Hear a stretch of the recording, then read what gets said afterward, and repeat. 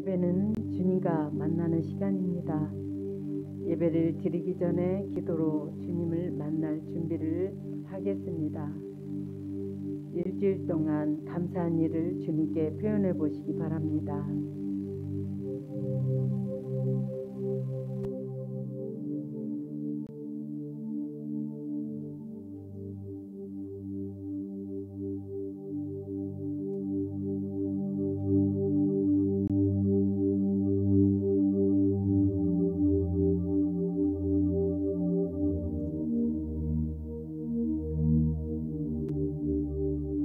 회개 기도를 드립니다.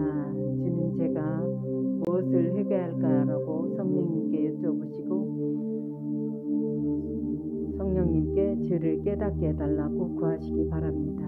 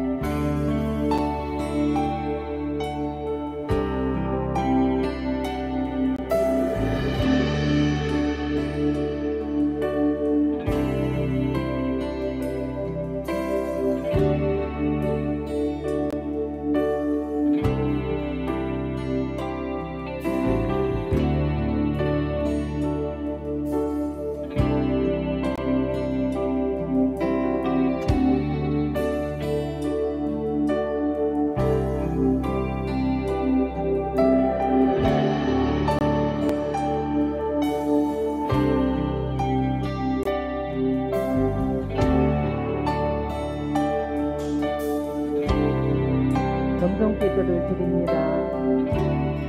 화면에 있는 내용을 함께 읽으면서 기도합니다.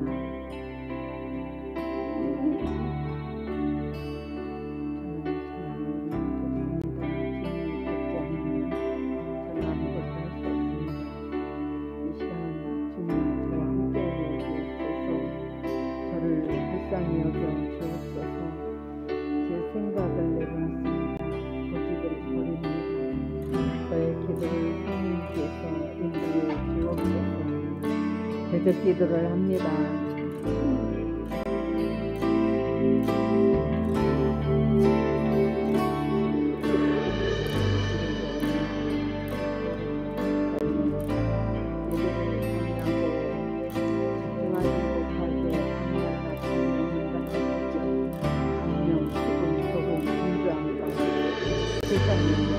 예수의 다른데 관심을 가지기는 감동을 따라 하죠. 예수를 강한 자, 모름요, 신앙과 세상 능력, 불안, 두려움도 따라 하시오다. 은혜라며 회복 강연을 하시오. 교만함과 당신, 고집, 왕관, 갱명함과 영분별 강약에 사단이 주는 생각도 떠나하시오. 이름으로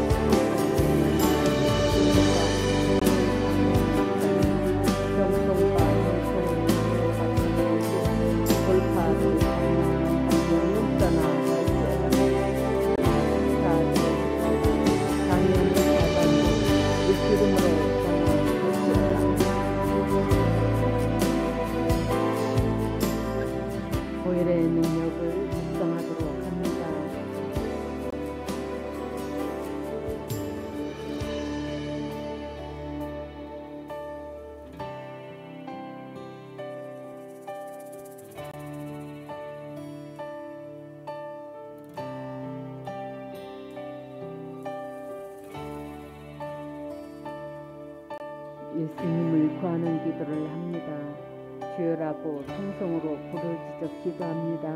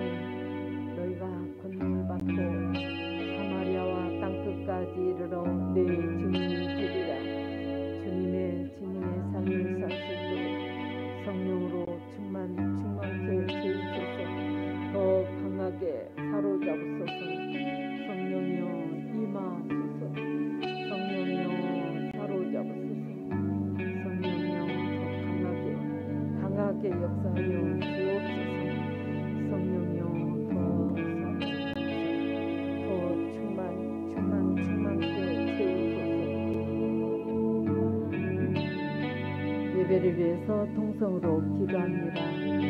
예배에 집중하게 해달라고 주님 만나도록 기도합니다. 주님 함께하여 주옵소서. 주님 만나기를 원합니다. 사슴이 시냇물을 찾아 방금함같이 내용이 주를 찾기에 갈급하나이다. 주님 만나기를 원하오니 은혜를 베풀어 주옵소서. 주님의 순한 음성을 듣는 귀한 시간 준비하여 주옵소서. 말씀을 들을 때 깨닫게 하여 주옵소서. 예수 이름으로 기도합니다. 아멘. 찬양 드리겠습니다.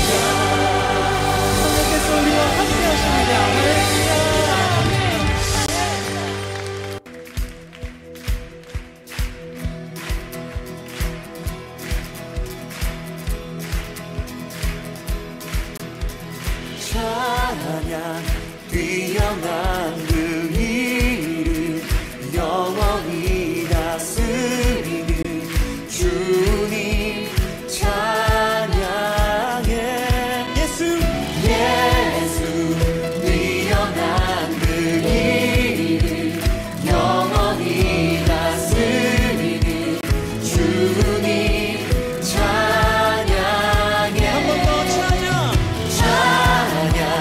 뛰어난 그 이름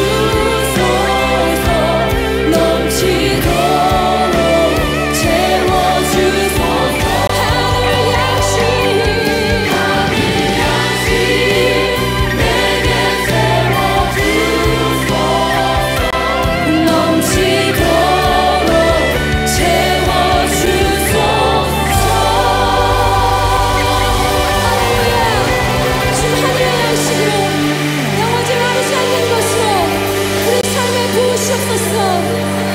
이미 우리 안에 계신 주님, 이미 우리를 목마르지 않게 하신 주님을 찬양합니다. 할렐루야.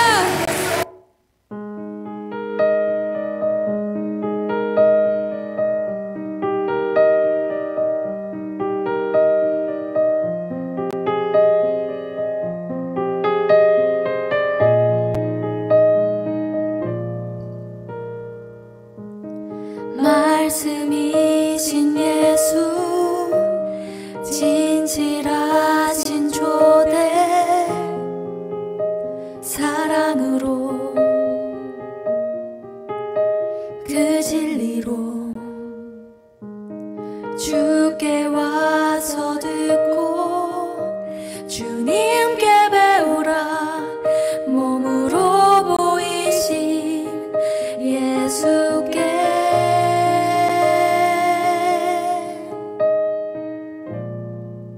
주님 말씀하소서.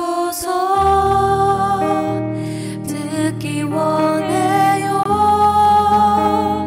인도하소서.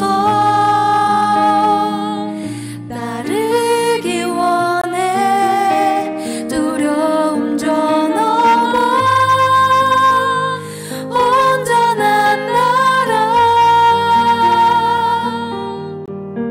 참된 생명의 길로,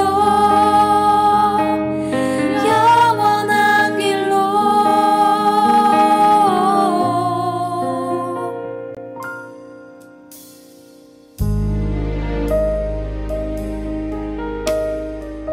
오늘도 친히 그 말씀으로 우리에게 말씀하시는 예수님, 말씀이신 예수님, 주님 앞에 함께 고백합시다. 말씀이신 예수, 말씀이신 예수, 진실하신 조대, 사랑으로 그 진리로 주께 와서 듣고 주님께 배우라. 몸으로 보이신 예수께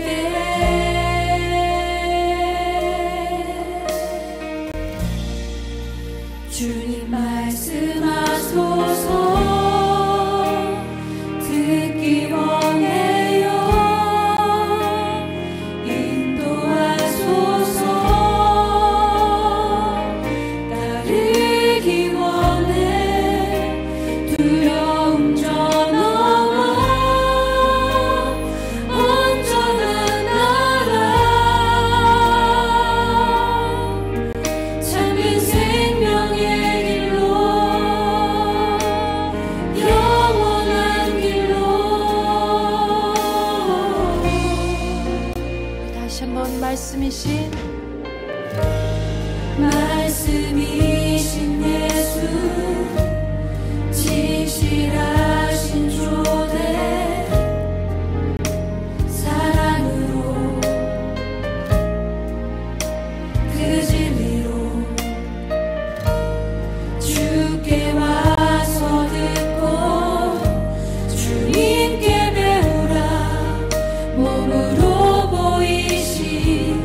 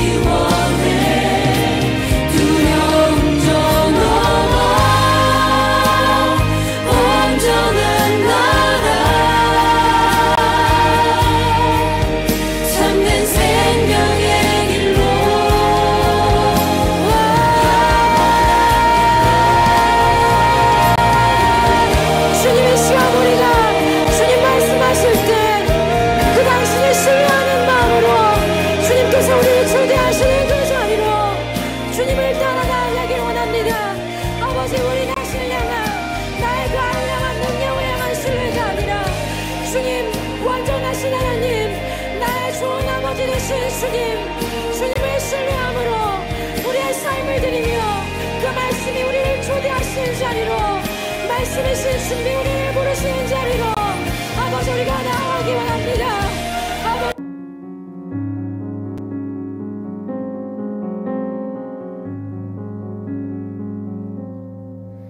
내 영혼아 잠잠히 하나님만 바라라.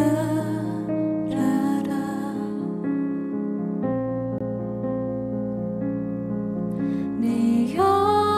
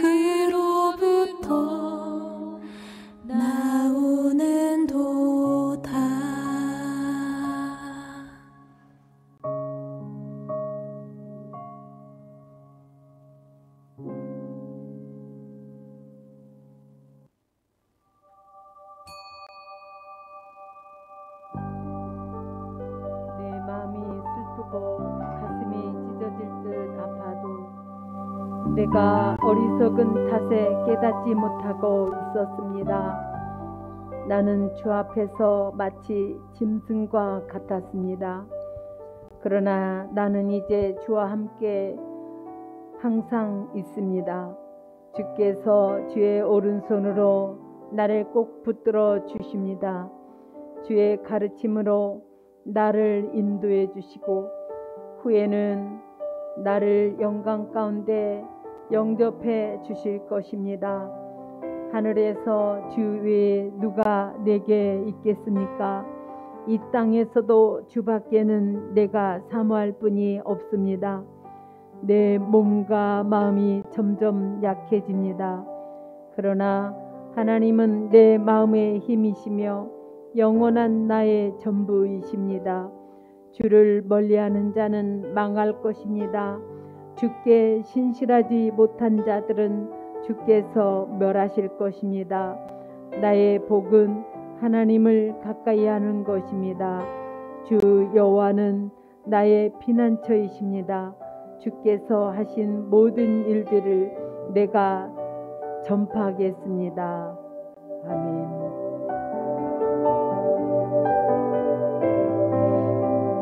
다 함께 사도신경으로 신앙을 고백합니다. 나는 전능하신 아버지 하나님 천지의 창조주를 믿습니다. 나는 그의 유일하신 아들 우리 주 예수 그리스도를 믿습니다. 그는 성령으로 잉태되어 동정녀 마리아에게서 나시고 본디오 빌라도에게 고난을 받아 십자가에 못 박혀 죽으시고 장사된 지 4일 만에 죽은 자 가운데서 다시 살아나셨으며 하늘에 오르시어 전능하신 아버지 하나님 편에 앉아 계시다가 거기로부터 살아있는 자와 죽은 자를 심판하러 오십니다. 나는 성령을 믿으며 거룩한 공교회와 성도의 교제와 죄를 용서받는 것과 몸의 부활과 영생을 믿습니다. 아멘. 찬송가 370장 주 안에 있는 나에게를 찬양드리겠습니다.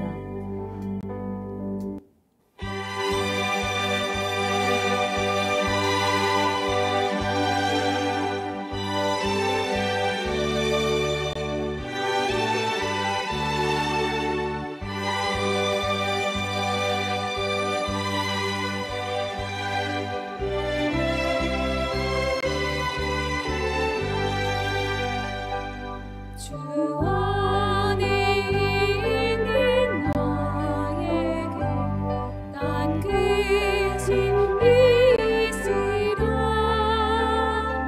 십자가 밑에 나가 내 짐이 밀었네 주님이 찬송하면서 할렐루야 할렐루야 내 어깨 말고 오늘도 나 주님만 따라가리 그들의 은이 떠나요 내 기도 되었고 전날이 한숨 떠나요 내 노래 되었네 주님이 찬송하면서 할렐루야 할렐루야 내 어깨 말고 오늘도 나 주님만 따라가리 내 주님 자비하셔서 늘 함께 계시고 내 궁핍 밤을 하시고 늘 채워주시네 주님이 찬송하면서 할렐루야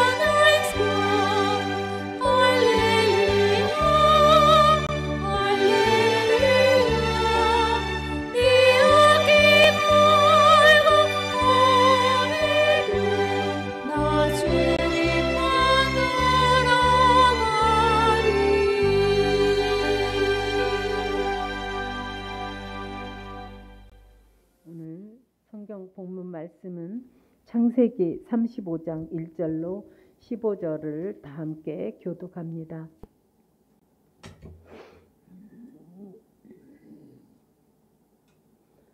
하나님이 야곱에게 이르시되 일어나 베델로 올라가서 거기 거주하며 내가 내 형 에서의 낯을 피하여 도망하던 때에 내게 나타났던 하나님께 거기서 제단을 쌓으라 하신지라. 야곱이 이에 자기 집안 사람과 자기와 함께한 모든 자에게 이르되 너희 중에 있는 이방 신상들을 버리고 자신을 정결하게 하고 너희들의 의복을 바꾸어 입으라.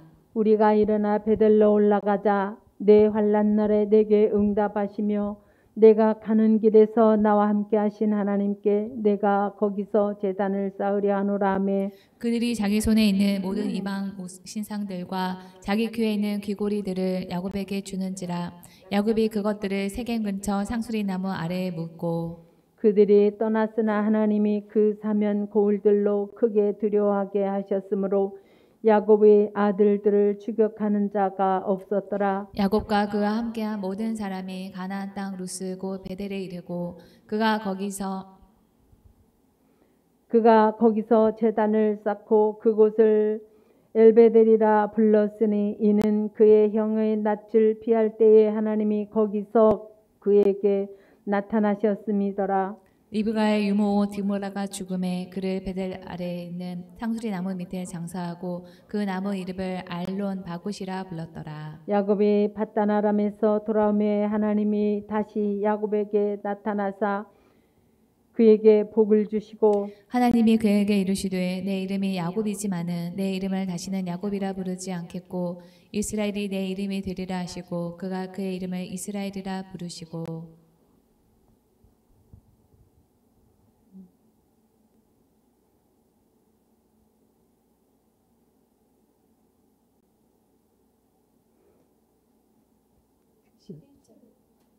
하나님이 그에게 이르시되 나는 전능한 하나님이라 생육하며 번성하여 한 백성과 백성들의 종이가 내게서 나오고 왕들이 내 허리에서 나오는지라. 내가 아브라함과 이삭에게 준 땅을 내게 주고 내가 내 후손에게도 그 땅을 주리라 하시고 하나님이 그와 함께 하시던 곳에서 그를 떠나 올라가시는지라.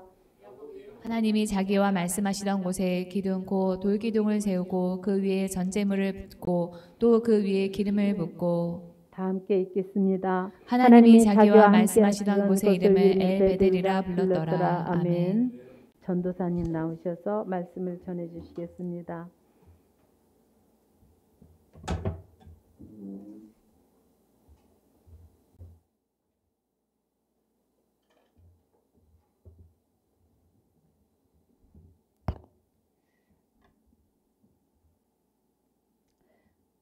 하란에 사는 외삼촌 라반의 밑에 살던 야곱은 하란에서 가나안으로 돌아온 뒤에 세겜에 머무르며 살았습니다. 그런데 그곳에서 지난 시간에 말씀드렸던 그런 사건이 일어나게 됩니다.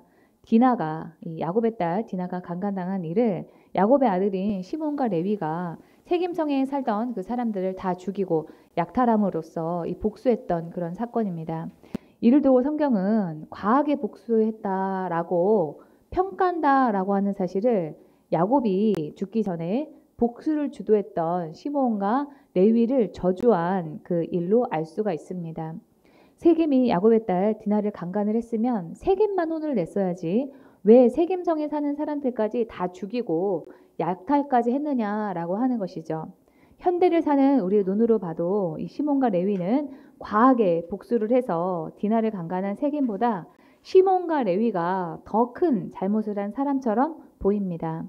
하지만 이 중동 지역의 복수에 대한 그런 어떤 문화적, 전통적인 그런 측면에서 보면은 시몬과 레위는 그 지역의 문화적인 그런 정서적인 그런 면에서는 그럴 수도 있었다, 그럴 수도 있는 행동이었다라고 보여집니다. 이 중동의 이 베두인과 같은 유목민들은 집을 짓고 한 곳에 오랫동안 거주하는 것이 아니라 개별적으로 천막을 치고 또 계속 이동하면서 그렇게 살아갑니다. 집단으로 있는 것이 아니라 소수로 광야나 사막이라고 하는 그런 사람이 많지 않은 그런 곳에 살고 있기 때문에 약탈자의 침입에 매우 취약합니다. 그래서 친척들이 서로 도와주도록 되어 있는데 이 아랍어로 피의 복수를 함사라고 합니다. 이 함사의 원래 뜻은 숫자 5를 가리키는 그런 단어인데요. 북의 오촌 친척까지도 가리키는 단어예요. 이 함사는 오촌의 모든 남성들은 서로를 보호해야 되고 공격을 받았을 때 반드시 그 친척이 복수를 해줘야만 된다라고 하는 것을 그 내용으로 하고 있습니다. 그래서 유목민 한 사람을 죽이거나 그 사람에게 피해를 입히면은 그 사람의 오촌의 친척들이 달려들어가지고 그에 대한 복수를 합니다. 이 함사를 실행에 옮기지 못하는 이유가 있다면은 그거는 그 사람이 속한 그 집단이 유약하기 때문이라고 생각을 합니다. 그래서 피해자인 남자들이 약하기 때문에 가해자가 그런 짓을 저질렀다라고 간주를 하거나 혹은 피해를 입은 남자들이 막을 수 있는 힘이 없어서 부끄러운 일을 당했다라고 여기기 때문에 복수를 할 때는 자신의 집단이 얼마나 강한가를 보여주려고 하고 자신의 힘을 무시한 개인이나 집단이 그로 인해서 얼마나 고통을 받아야만 하는지를 알려주기 위해서 자기네들이 당한 것보다 더한 그런 심한 그런 복수를 가하는 것이 그 지역의 문화고 어떤 그런 지역적인 그런 정서입니다. 그런 중동의 복수에 입각을 해서 시몬과 레위는 그 누이가 강간당한 문제를 간과하지 않고 단호하게 대처를 했던 것입니다. 하지만은 성경은 과한 복수를 하지 말라라고 우리에게 말하고 있기 때문에 복수를 한 시므온과 레위를 책망하고 있습니다. 세상 사람들이 당연하게 생각하는 일이라고 할지라도 하나님의 백성인 우리는 그 대처가 달라야 한다라고 하는 것입니다. 세상 사람들이 다 그러고 살아. 나만 그러고 사는 게 아니라 사람들도 다 그렇게 하고 살아. 라고 하는 그런 핑계는 우리 그리스도인들에게는 틀린 그런 말입니다. 세상 사람들이 눈에는 눈이 아니라 목숨을 빼앗는 일이 이 시몬과 레위처럼 당연하다라고 해도 우리 그리스도인들에게는 당연한 일이 아닙니다. 구약 성경 시대를 사는 시몬과 레위는 하나님 나라의 백성이니까 눈에는 눈까지만 했어야 됐습니다. 그러니까 이 세겜을 혼내는 데까지만 멈춰야만 했었어요. 신약 시대를 사는 우리 그리스도인들은 눈에는 눈까지도 안 되고 원수 갚는 일은 하나님께 맡기라라고 성경에서는 권면하고 있습니다. 시몬과 레위가 당시 그 중동 사람들의 그 세상의 가치관에 맞게 복수를 했다고 해도 이 문제는 시몬과 레위에게 죽임을 당한 세겜성 사람들의 오촌에 이 다른 곳에 사는 그런 사람들입니다. 세겜성의 사람들도 오촌에 다른 형제가 있기 때문에 시몬과 레위에게 복수하러 올 것이 아닙니까? 그래서 야곱이 생명의 위협을 받게 되었고 시몬과 레위를 나무랐던 것입니다. 창세기 34장 30절입니다. 일이 이쯤 되니 야곱이 시몬과 레위를 나무랐다. 너희는 나를 오히려 더 어렵게 만들었다. 이제 가나안 사람이나 브리스 사람이나 이 땅에 사는 모든 사람이 나를 사귀지도 못할 취한 인간이라고 여길 게 아니냐. 우리는 수가 적은데 그들이 합세해서 나를 치고 나를 죽이면 나와 나의 집안이 다 몰살당할 수밖에 없지 않느냐. 이 야곱의 아들들은 자신의 힘으로 명예를 회복하려고 하다가 피해 복수자와 약탈자라고 하는 그런 오명을 쓰고 이제는 온 가나안 사람들이 다 야곱 집안의 사람들의 그 목숨을 노리게 되는 그런 위협적인 상황이 되었습니다.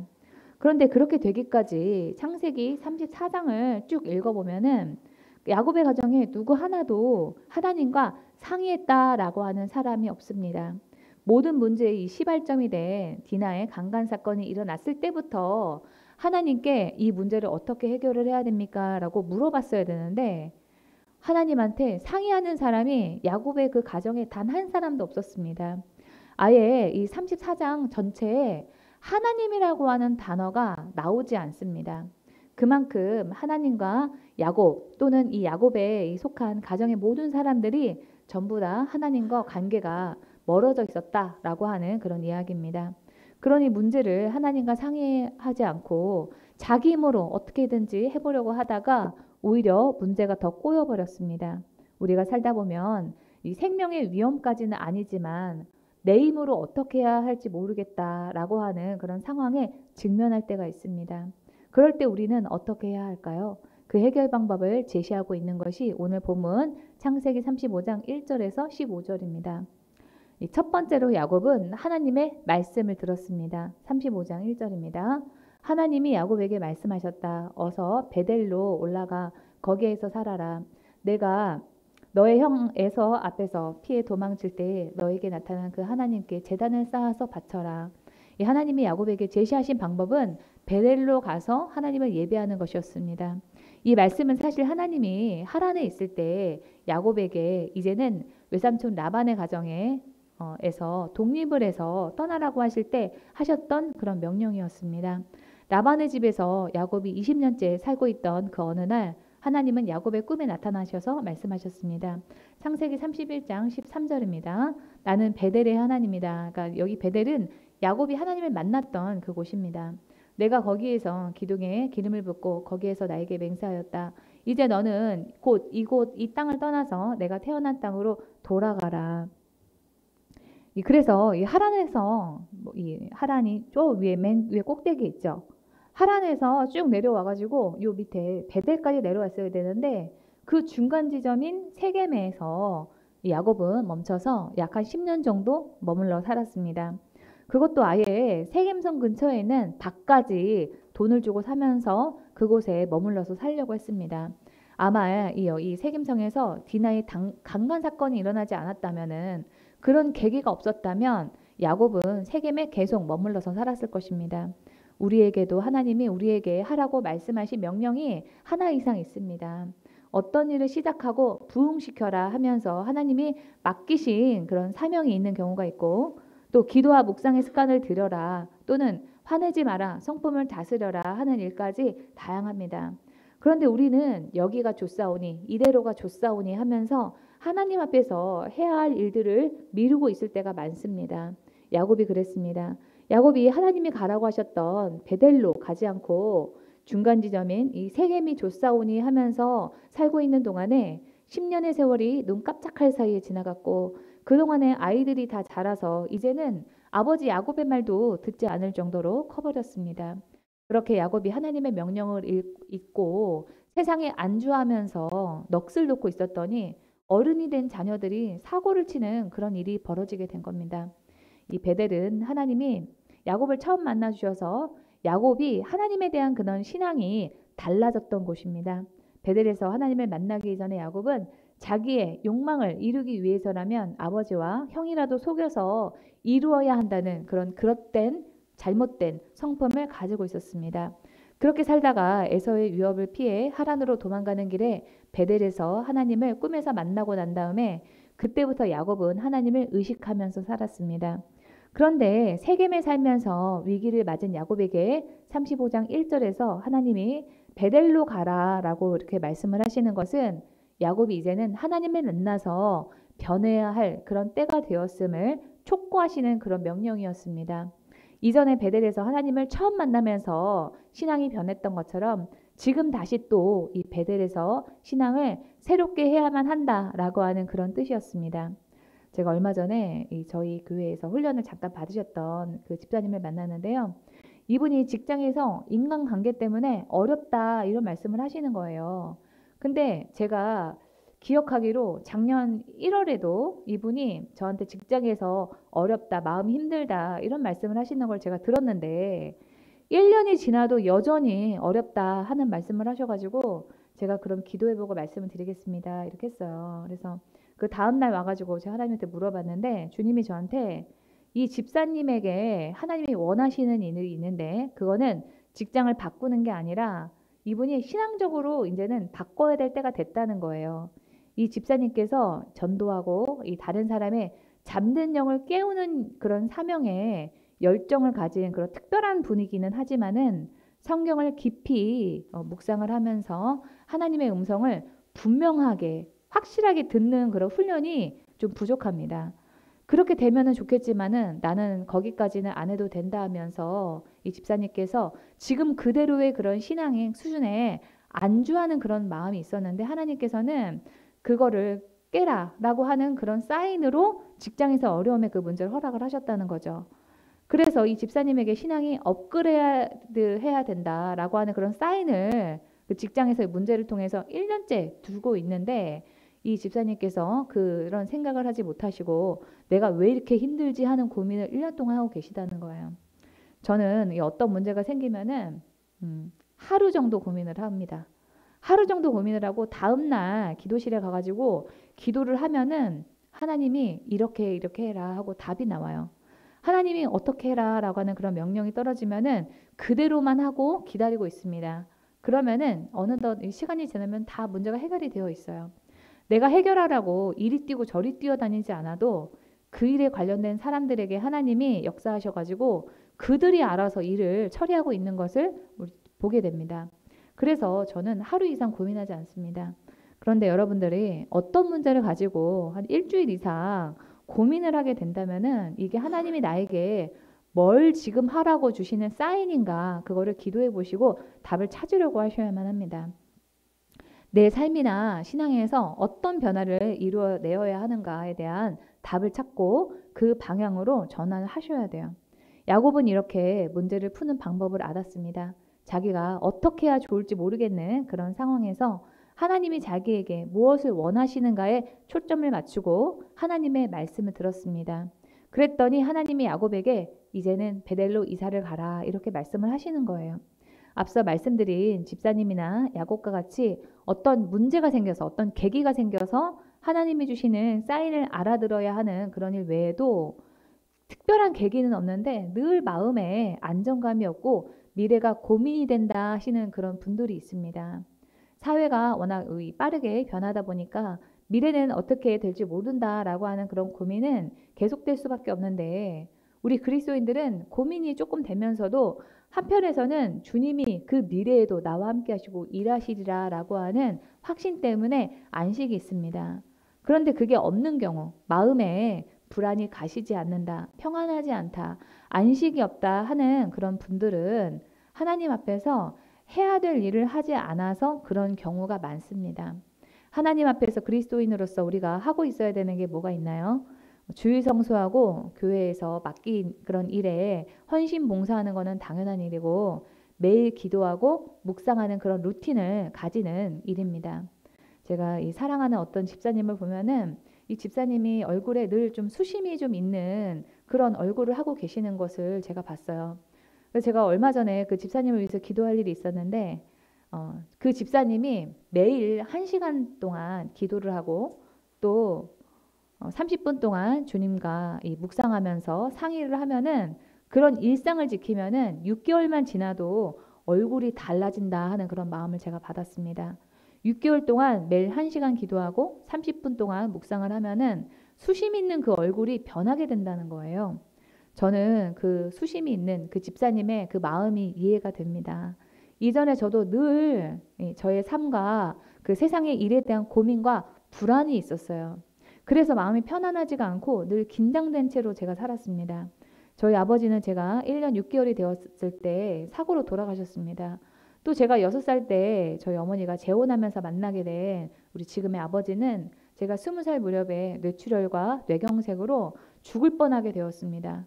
그런 영향 때문에 저는 마음에 늘 또 우리 가정에 내가 예상하지 못한 어떤 내가 준비하지 못한 사고가 일어나면 어떡하지 하는 그런 불안이 있었어요.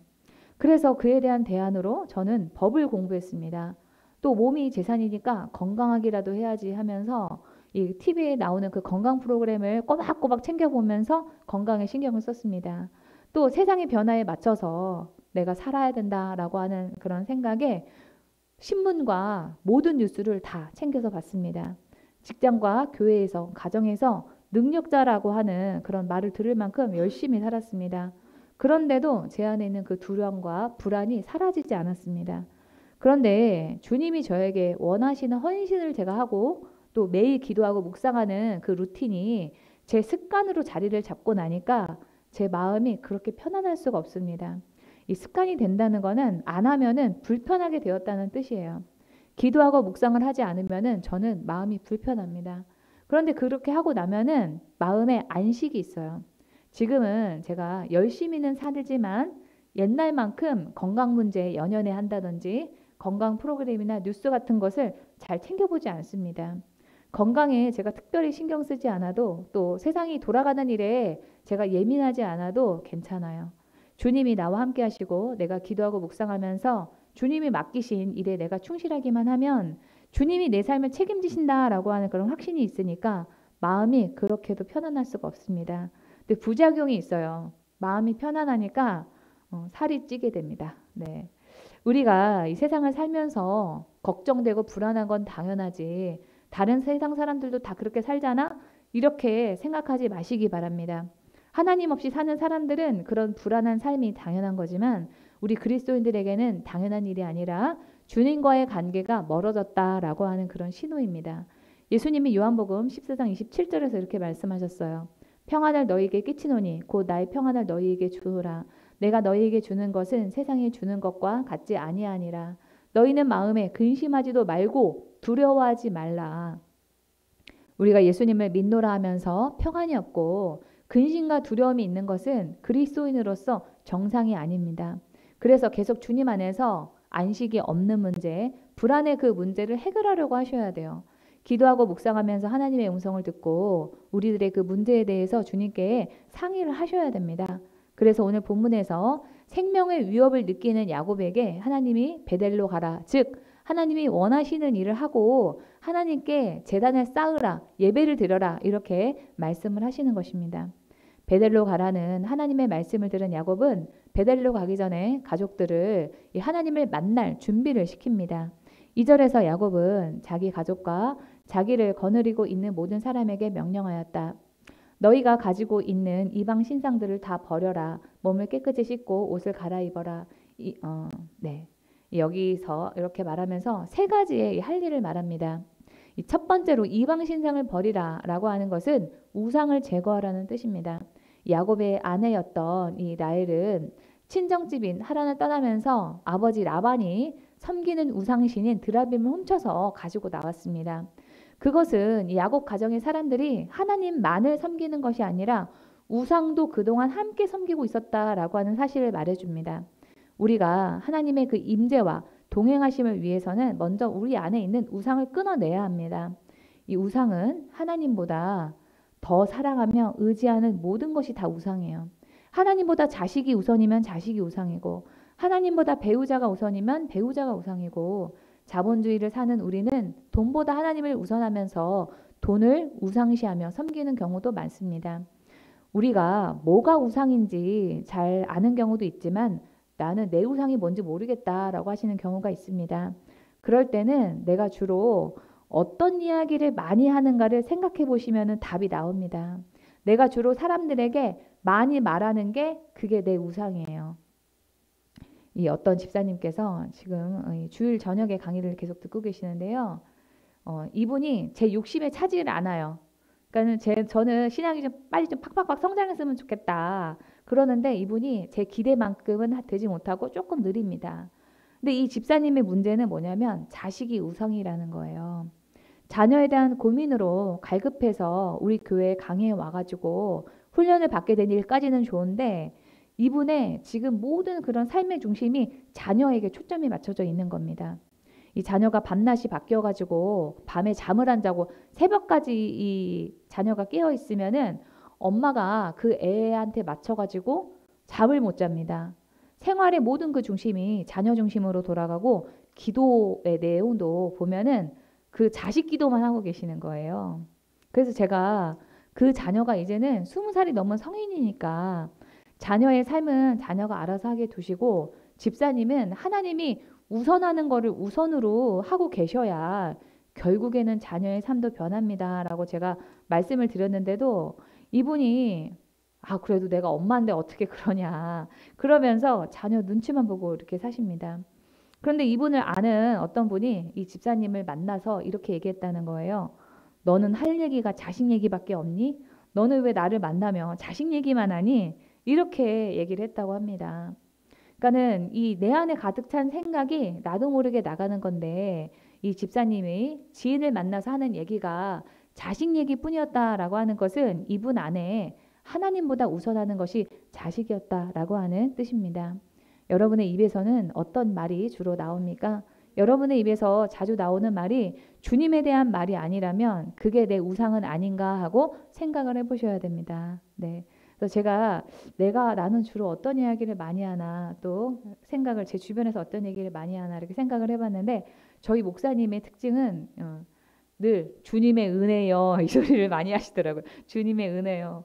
그 소리를 하루도 한 3-4번씩 계속 듣는 것 같아요. 네, 그렇습니다. 네, 우상을 버리라라고 하는 이 야곱의 명령에 야곱 가정의 사람들은 순종하면서 이 4절에서 그들은 자기들이 가지고 있는 모든 이방 신상과 귀에 걸고 있는 귀고리를 야곱에게 가져왔다. 야곱은 그것들을 새긴 근처 상수리 나무 밑에 묻었다라고 합니다. 이 버리기만 해도 되는데 묻어버렸다라고 하는 것은 다른 사람도 찾기 어렵게 만들었다라고 하는 뜻으로 완전히 절연한 상태를 의미합니다. 하나님이 버리라 하시는 것은 아까워도 버리고 묻어 버리셔야 됩니다. 제가 어렸을 때 인형을 굉장히 좋아했거든요. 그래서 인형이 한 포대가 있었어요. 그런데 어느 날 저희 어머니가 예수 믿는 사람은 인형을 좋아하는 것도 안 좋다. 그런 얘기를 어디서 이렇게 들으시고, 근데 꼭 그게 맞는 얘기는 아니지만 경우에 따라서 뭐 그럴 수도 있죠. 너무 좋아하면 우상이 될 수도 있으니까. 저희 어머니가 제가 없는 틈에 어디 그런 쌀포대 자루 같은 데다가 담으셔가지고 그거를 누가 또 가져가면 또 그 사람한테도 안 좋을까봐 물을 싹 부어가지고 버리셨다는 거예요. 예. 그래서 저희 어머니, 오늘 이 4절의 말씀을 제가 읽으면서 저희 어머니의 생각이 나더라고요. 예, 우리는 하나님이 버리라 하시는 거는 아까워도 버리고 내려놓으셔야 됩니다. 두 번째로 이 베델로 올라가기 전에 2절에서 야곱은 몸을 깨끗이 하고 옷을 갈아입으라고 합니다. 여기서 이 몸을 깨끗이 하라라고 하는 것은 회개하라라고 하는 뜻이고, 우리의 겉으로 드러나는 그런 모습이 옷이기 때문에 옷을 갈아입으라라고 하는 것은 회개에 맞도록 구체적인 변화의 모습을 보이라라고 하는 뜻입니다. 우리는 생각만 변화되어서는 안 되고 우리의 겉으로 드러나는 행동까지도 회개에 맞게 변화되어야만 합니다. 이 에베소서에서 바울은 말합니다. 좀 다 함께 읽어볼까요? 시작. 너희는 유혹의 욕심을 따라 썩어져가는 구습을 따르는 옛사람을 벗어버리고 오직 너희 심령이 새롭게 되어 하나님을 따라 의와 진리의 거룩함으로 지으심을 받은 새 사람을 입으라. 옛사람을 버리고 벗어버리고 또 새 사람을 입으라라고 합니다. 여기서 욕심을 따르지 않는 것은 내가 원하는 것이 우선이 아니라 주님이 원하시는 것이 우선하는 그런 삶을 의미합니다. 심령이 새롭게 된다는 것은 마음의 그 중심이 세상 중심이 아니고 세상의 가치관에 따라서 살지 않는 것, 그것을 의미합니다. 지금은 그렇지 않지만 이 성경시대의 옷은 그 사람의 신분과 삶의 모습을 드러내는 어떤 수단, 도구였습니다. 하나님 나라의 백성이라면 그에 걸맞는 모습으로 살아야 되는데 여러분은 하나님 나라의 백성이라고 하는 그런 옷을 입고 살고 계십니까? 많은 사람들이 여전히 세상의 옷을 입고 살기를 원합니다. 어떻게 하면 세상에서 잘 먹고 잘 살까? 어떻게 하면 내가 세상에서 높아지고 인정을 받을까? 그게 지상 최고의 가치고 교회를 다니면서 신앙생활을 하는 것도 세상에서의 그 일을 이루기 위한 어떤 수단으로 생각하시는 분들이 있습니다. 저한테 어떤 분이 예전에 이렇게 말씀하시더라고요. 세상에서 나를 잘 살지 못하게 하시는 하나님이라면 그런 하나님이 나에게 왜 필요합니까? 하나님이 세상에서 나를 잘 살게 해주려고 계시는 거 아닙니까?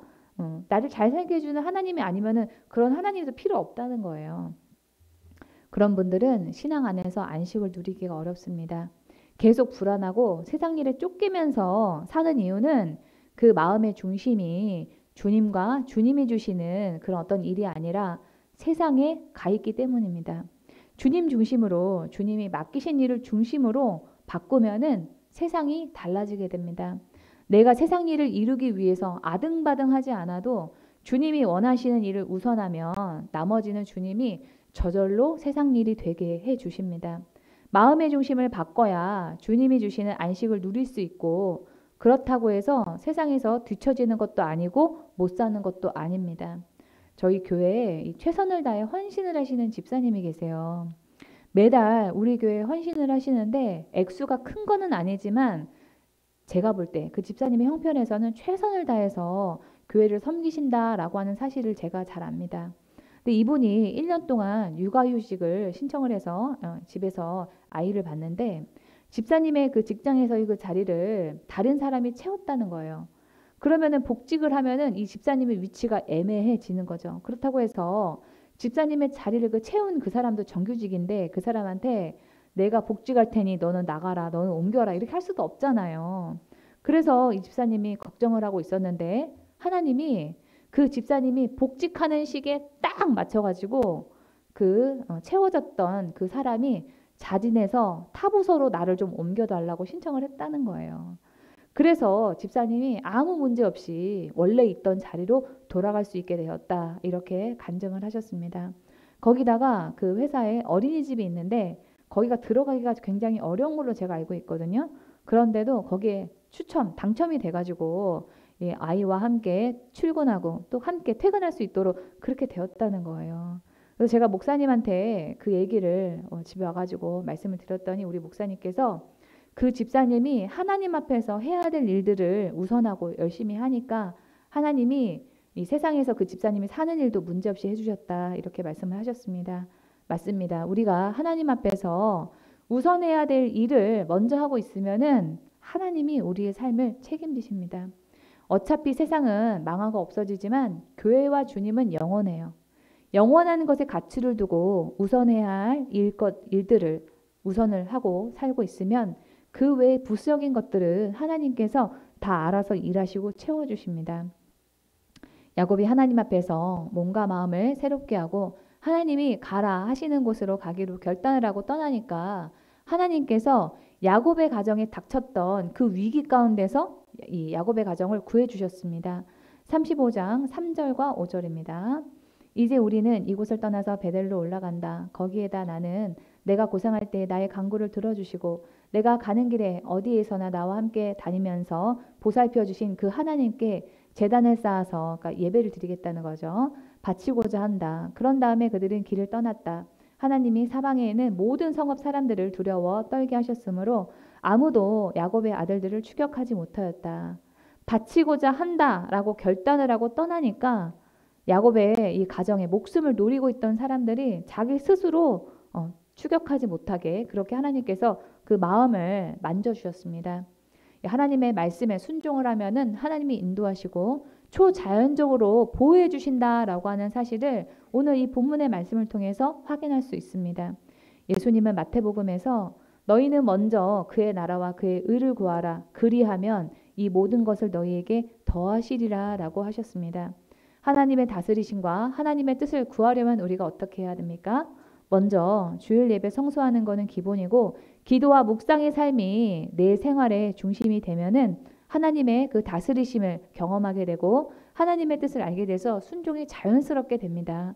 그럴 때 우리의 불안이 잠잠해지고 우리 인생의 모든 필요들이 다 해결이 됩니다. 야곱이 하나님이 원하시는 것을 했을 때 그 가정이 위기에서 벗어나고 문제가 해결되었습니다. 결단하고 행동하니까 하나님께서 선하신 손으로 보호해 주셨고 야곱을 향한 그 하나님의 복이 다시 부어졌습니다. 베델로 다시 가며 회개하고 회개에 맞는 행동을 했던 그 야곱의 결단이 여러분의 결단이 되기를 주님의 이름으로 축원합니다. 오늘 말씀을 마치면서 하나님의 음성을 듣겠습니다.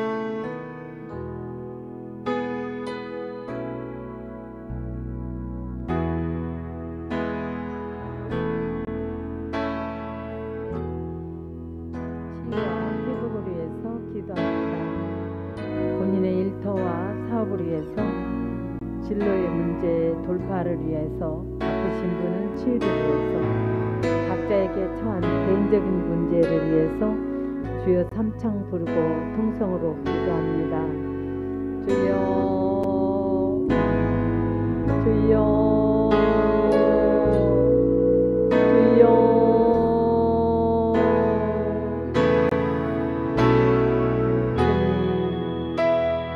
주님 앞에 이 문제를 내려놓습니다. 주님, 이 문제를 가지고 주님 앞에 기도하여 해결받기를 원하여서 허락하신 문제인데 주님 앞에 기도하지 못했습니다. 이 문제에 더 적극적으로 가지고 기도하는 자 되게 하여 주옵소서. 주님, 사업을 위해서 기도합니다. 날로 번창할 수 있도록 은혜를 베풀어 주옵소서. 이 사업도 제가 할 수 있는 일은 없습니다. 주님이 함께하여 주옵소서. 이 문제를 가지고 이 문제가 해결될 때까지 기도로 씨름할 수 있도록 은혜 베풀어 주옵소서. 인간의 힘으로 능으로 할 수 있는 것이 아무것도 없음을 고백합니다. 주님 도와 주옵소서. 기도할 힘을 주시옵소서. 주님, 작정하며 이 문제가 해결될 때까지 기도로 승부를 걸게 하여 주옵소서. 주님, 어떠한 문제가 있다 할지라도 그 문제 해답은 주님 앞에 있습니다. 주님께 맡기오니 해결하시고 응답으로 축복으로 채워 주옵소서. 예수 이름으로 기도합니다. 아멘.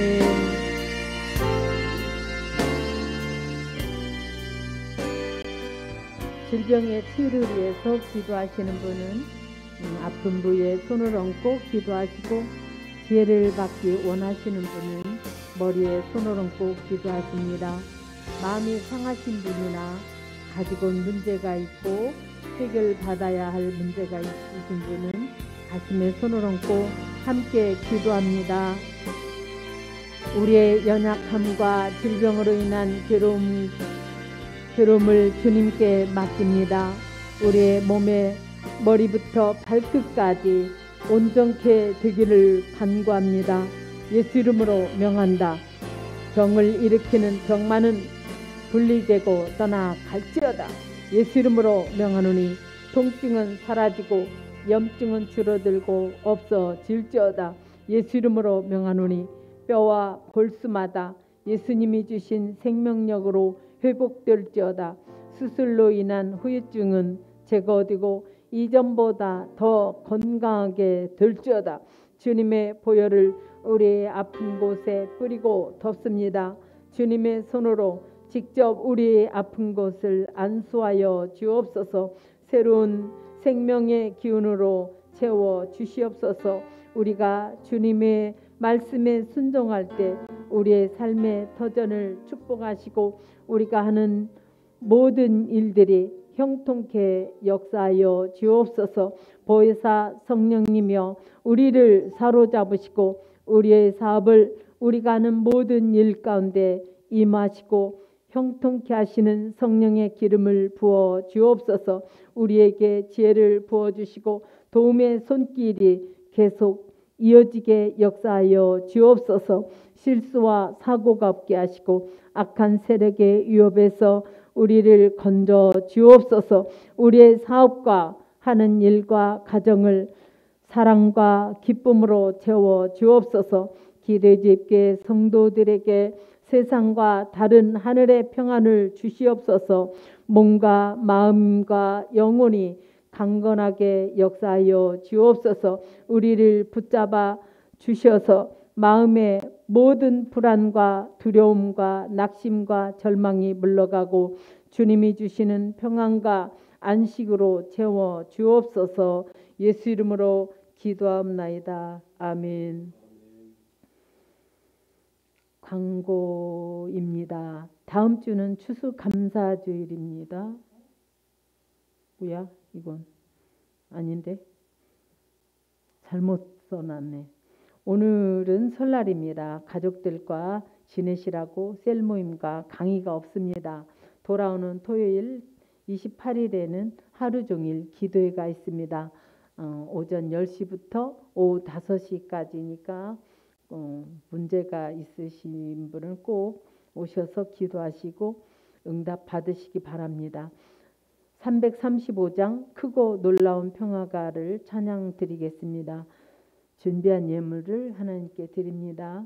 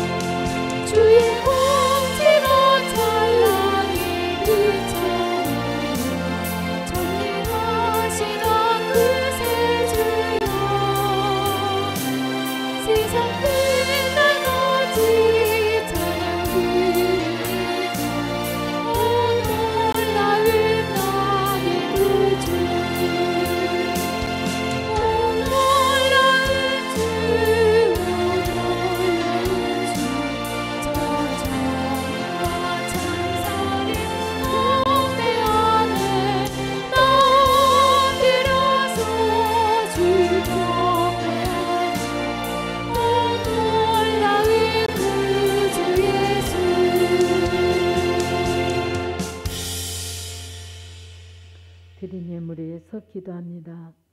베드를 기억하도록 야곱의 인생을 인도하신 하나님, 오늘도 우리의 삶을 인도해 주시니 감사합니다. 우리에게 소망이 있는 것은 고난의 때에 의지할 대상이 되시는 하나님이 계시기 때문입니다. 기도하며 하나님만 붙들어 우리가 어떤 상황에서든지 하나님의 은혜를 발견하고 평안을 누리게 주옵소서.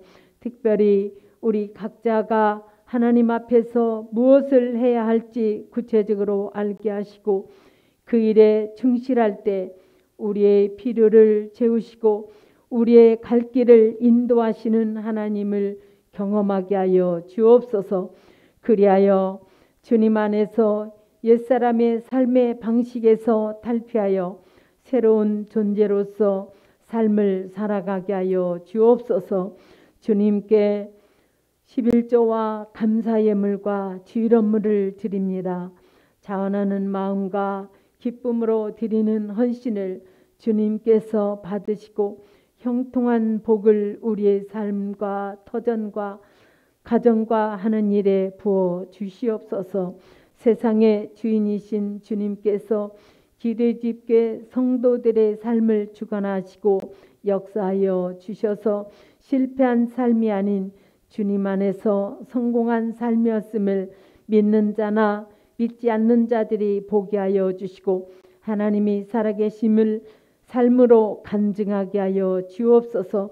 이 예물이 쓰여지는 곳마다 주님의 복음의 역사가 일어나게 하시고 주님의 영광만이 온전히 드러나게 해 주옵소서.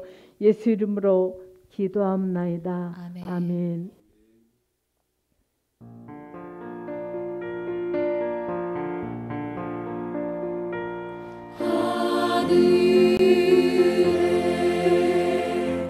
계신 아버지 이름 거룩하사 주님 나라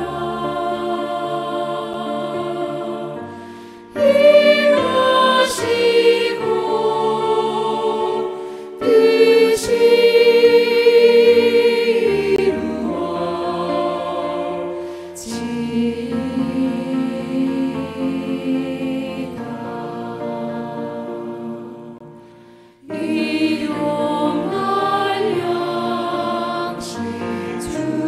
뜻이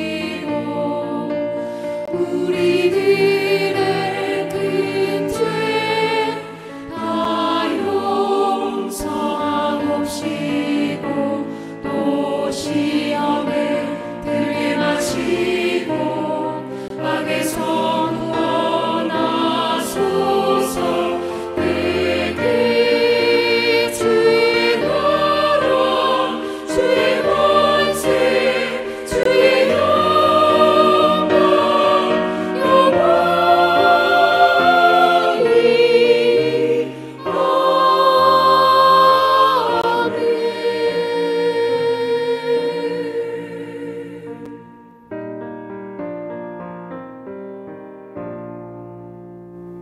이제는 우리 주 예수 그리스도의 은혜와 하나님 아버지의 지극하신 은혜와 성령의 주 교통 역사하심이 기도집 교회와 성도들 위에 함께할지어다.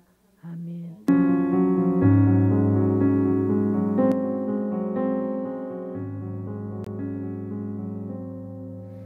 내 영혼아 잠잠히 하나님만 바라라.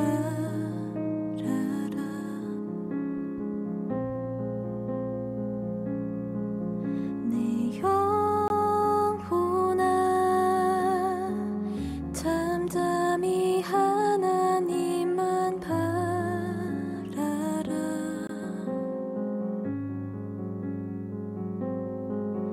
모든 소망 여호와 하나님께 있으니 나의 구원이 그로부터 나오는도다.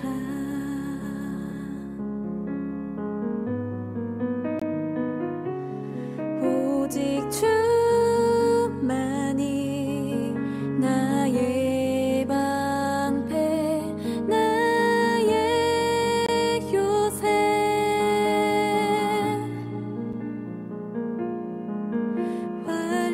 환난 날에 피할 바위시라.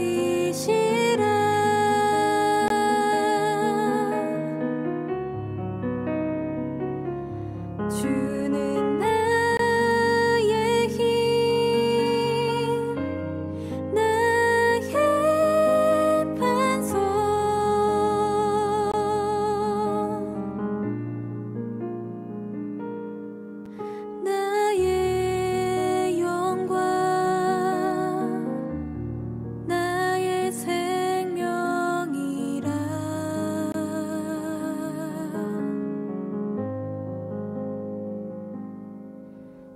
내 영